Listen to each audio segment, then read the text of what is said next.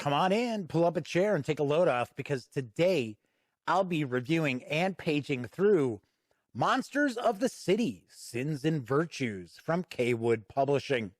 Is this collection of over 100 monsters so sinfully good it deserves a spot in your collection of monster manuals?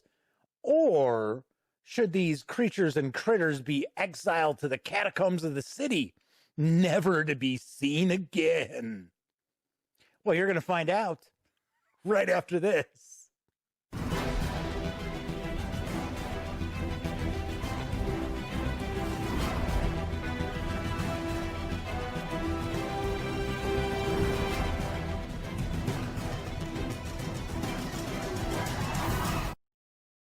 Howdy, howdy, howdy, gang. Yes, happy holidays and welcome once again to the Duct Tape Studios.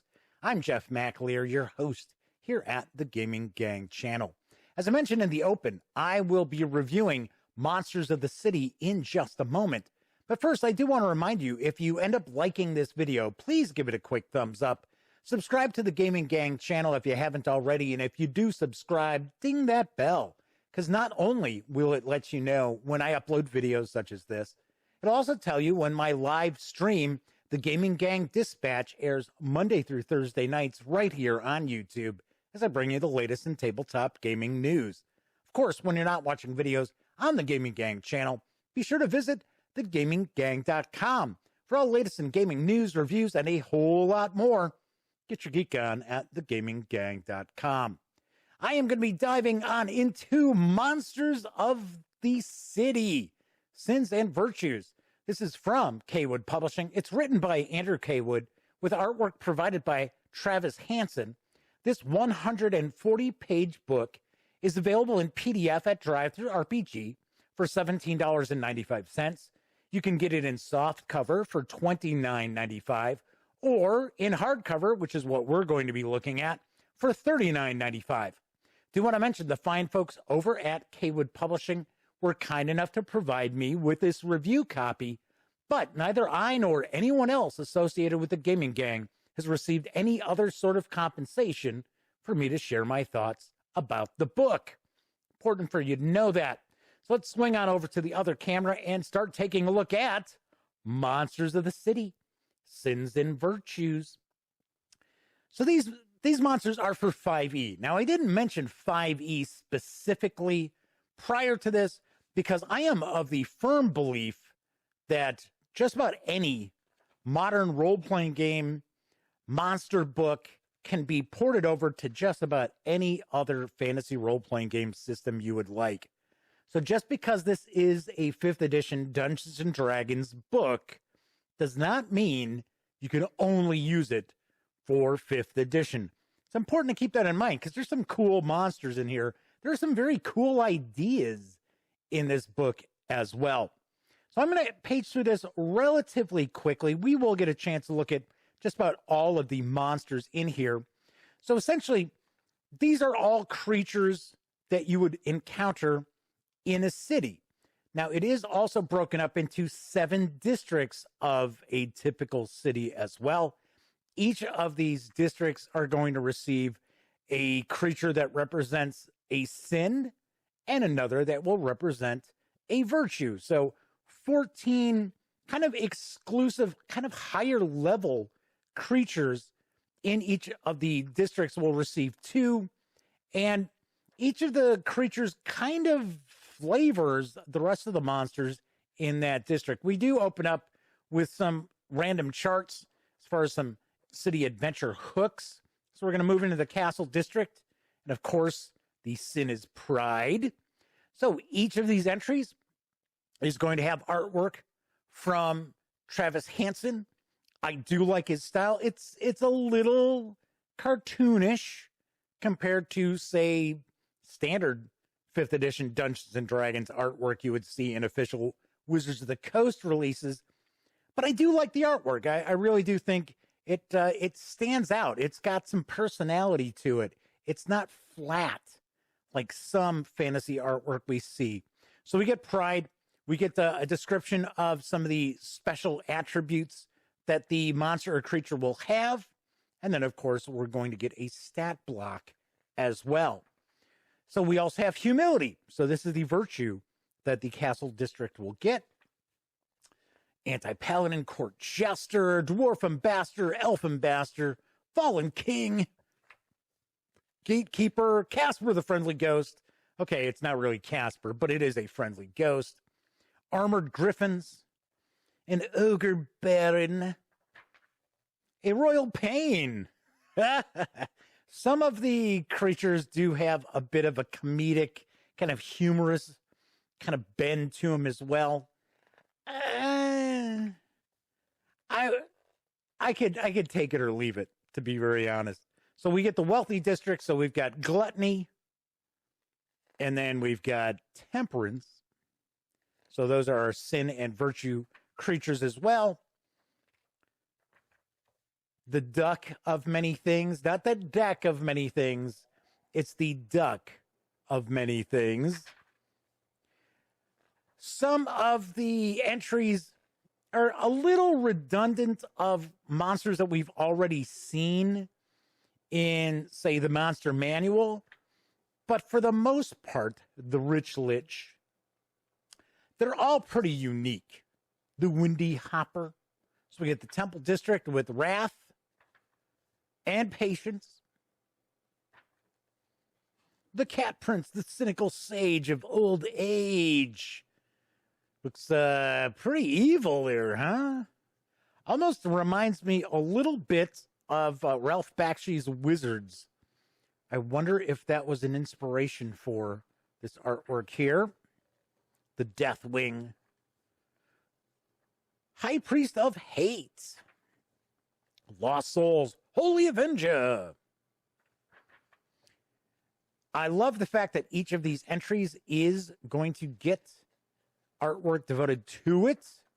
I always appreciate that because there are sometimes books out there, monster manuals, bestiaries, what have you, that don't share an image for every entry, which is kind of odd.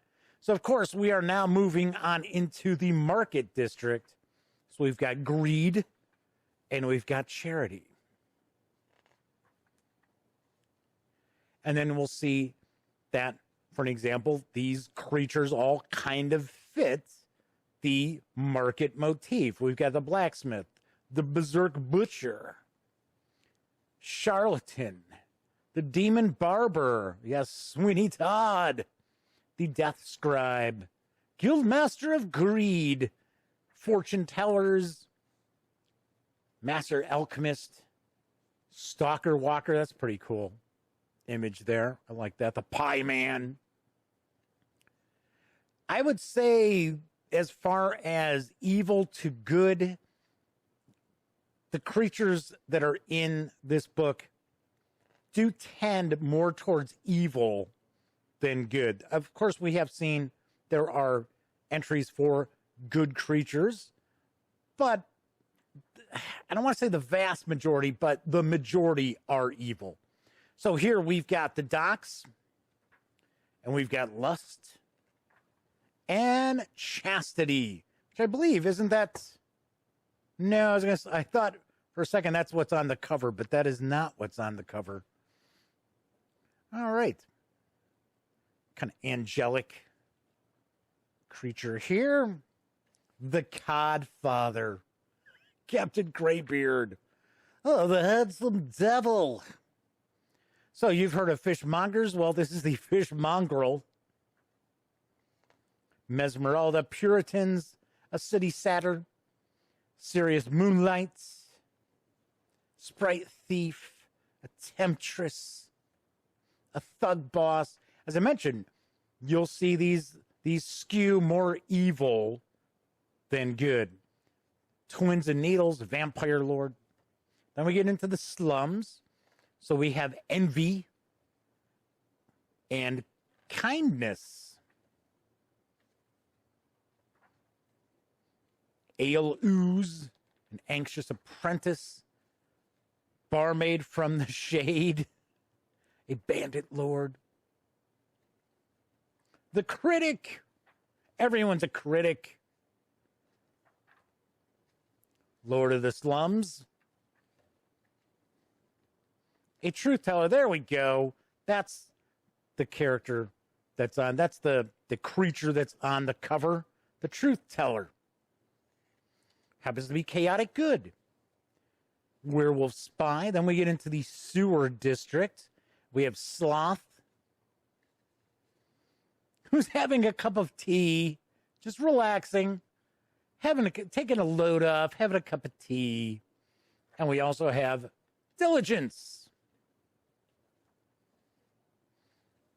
cult leader, druid of the Undercity, a foul bear, half giants, a night raven, Lothar the Lethargic, the Rat King,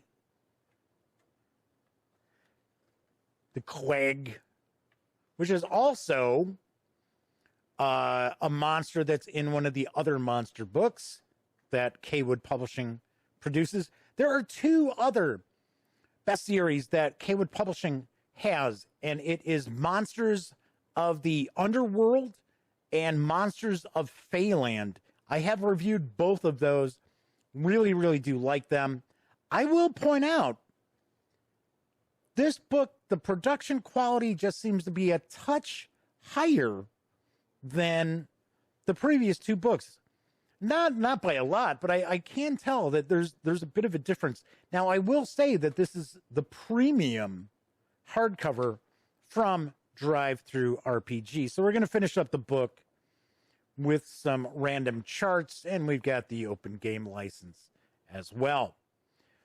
All told, 140 pages of content. And that is Monsters of the City, Sins and Virtues. Let's swing on over to the other camera. I'm going to share my final thoughts here and provide a review score for the book. I dig Monsters of the City, Sins and Virtues. In fact, this is my favorite of the three bestiaries I've taken a peek at from Cawood Publishing. I like the fact that we've got 14 different creatures that are themed for a sin as well as a virtue, and then they kind of trickle down into some of the creatures that are also in those locations as well. I do like the fact that all of these entries are broken up by what district of the city that you're more likely to find them in. I appreciate that as well. I like the fact that we've got some random tables as well. We've got some encounter tables that are tossed in there also. I like the vast majority of these creatures. I also dig the artwork.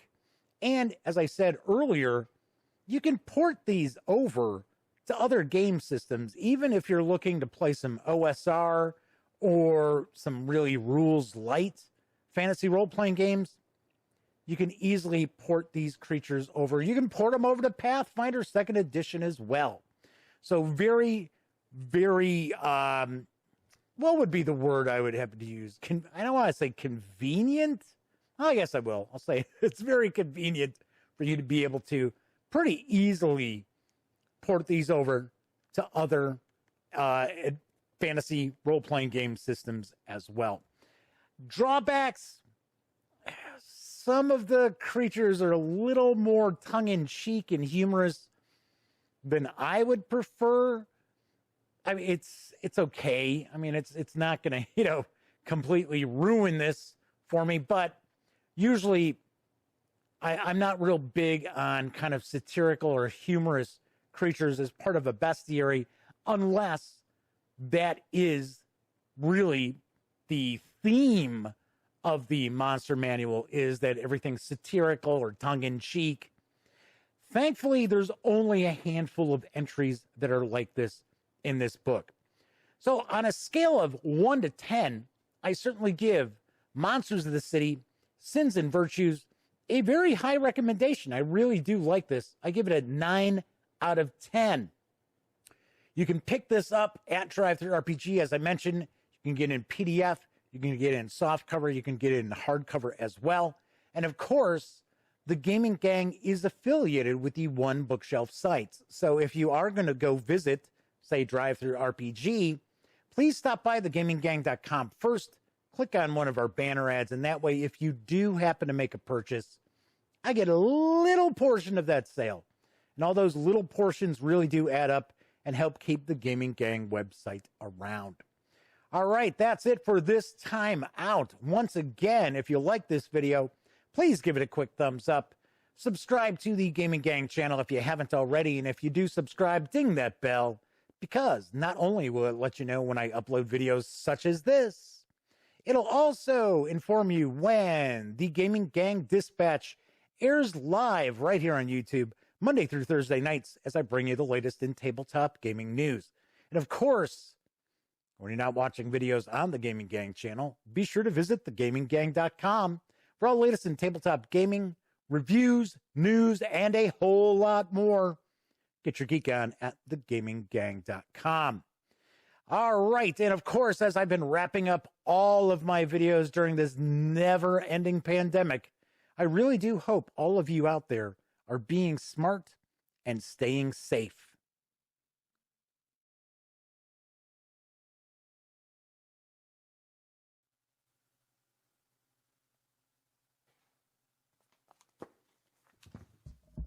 Oh, you're still here. Well, if that's the case, if you'd like to subscribe to the Gaming Gang channel, by all means, click right here.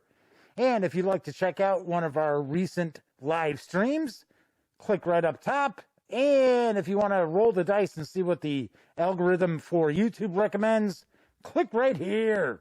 And of course, thank you once again for watching. And gang, please stay safe and wear a mask.